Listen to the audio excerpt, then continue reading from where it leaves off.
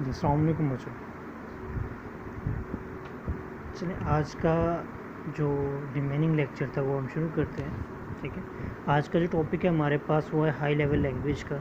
इससे पहले हमने लो लेवल लैंग्वेज देखी थी जिसके अंदर हमने पढ़ा था मशीन लैंग्वेज और असेंबली लैंग्वेज के अंदर। आपने सारा जहन में रिकॉल कर लेना है कि मशीन लैंग्वेज में क्या था और इस लैंग्वेज में क्या फ़र्क क्या है दोनों के अंदर, लो लेवल लैंग्वेज के अंदर और हाई लेवल लैंग्वेज के अंदर क्या फ़र्क है।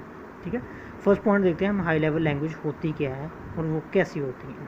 ठीक है, हमने इससे पहले जो लो लेवल लैंग्वेज का इंट्रोडक्शन पढ़ा था उसके हमने देखा था कि ये नियर टू क्या होती है, मशीन्स होती हैं, नियर टू हार्डवेयर होती है और फार फ्रॉम ह्यूमन लैंग्वेज होती है। ठीक है, वहीं इंसान इसको नहीं समझ सकता। और इस हाई लेवल लैंग्वेज के अंदर हम पढ़ेंगे कि ये ऑपोजिट है उसके। ठीक है, ये क्या है, क्लोज टू ह्यूमन लैंग्वेज है and far from computer hardware होता है या हार्डवेयर किसी भी चीज़ का हो सकता है। ठीक है, तो चलो देखें हाई लेवल लैंग्वेज बेसिकली क्या है, क्लोज टू ह्यूमन लैंग्वेज होती है। जब क्लोज टू ह्यूमन लैंग्वेज होगी तो हमें पता है कि हम जो इंसान जो ज़ुबानें बोलते होते हैं, ठीक है, वो हम इजीली उसको क्या कर सकते हैं, अंडरस्टैंड भी कर सकते हैं। और मज़े की बात इसमें यह है कि इसके अंदर हम लोग जो इंग्लिश के वर्ड्स होते हैं हम उसको एज इट इज़ यूज़ कर रहे होते हैं। फॉर एग्जाम्पल जैसे हमने लिखा हुआ नीचे, आपने लिखा हुआ इनपुट लिखा हुआ है। ठीक है, ये इनपुट लिखा हुआ है, साथ में क्या लिखा हुआ, आउटपुट लिखा हुआ है। ठीक है, उसके बाद एग्जिट लिखा हुआ है, ये आपने इसको भी देखना है। चलें, बेसिकली हाई लेवल लैंग्वेजेस के अंदर होता क्या है, हम ये क्या करते हैं, बेसिकली हम करते हैं डिफ़ाइन करते हैं।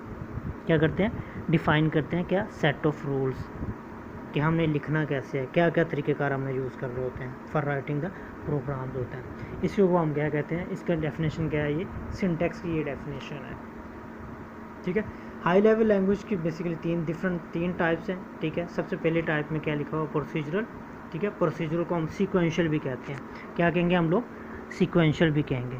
सीक्वेंशियल का समझ तो आ गया, तरतीब के साथ, सीक्वेंस के साथ, एक तरतीब के साथ हम काम कर रहे हैं। प्रोसीजर में क्या होता है, pre defined set of instruction. Pre defined का मतलब क्या होता है, पहले से ही बनी बनाई चीज़ें पड़ी होंगी। ठीक है, या पहले से हमने जो लिखा होगा ना, कंप्यूटर उसको एज इट इज़ लाएगा। आपको याद होगा हमने पुरानी एक एग्जांपल पढ़ी थी। ठीक है, तो एग्जांपल के अंदर हमने देखा था 1 2 3 4 5 मैंने 6 स्टेप लिखे थे।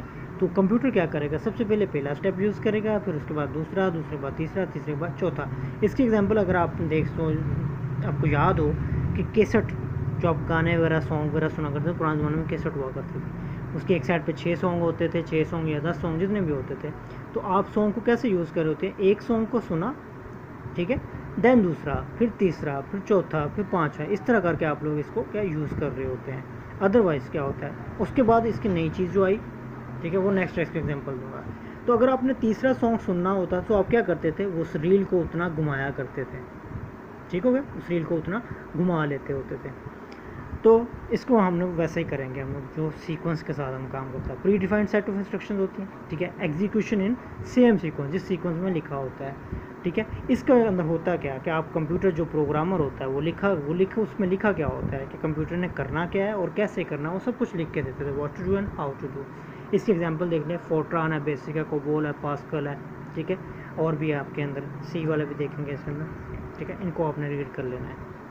ठीक है, ये बेसिकली एक पार्ट हो गया यहाँ तक।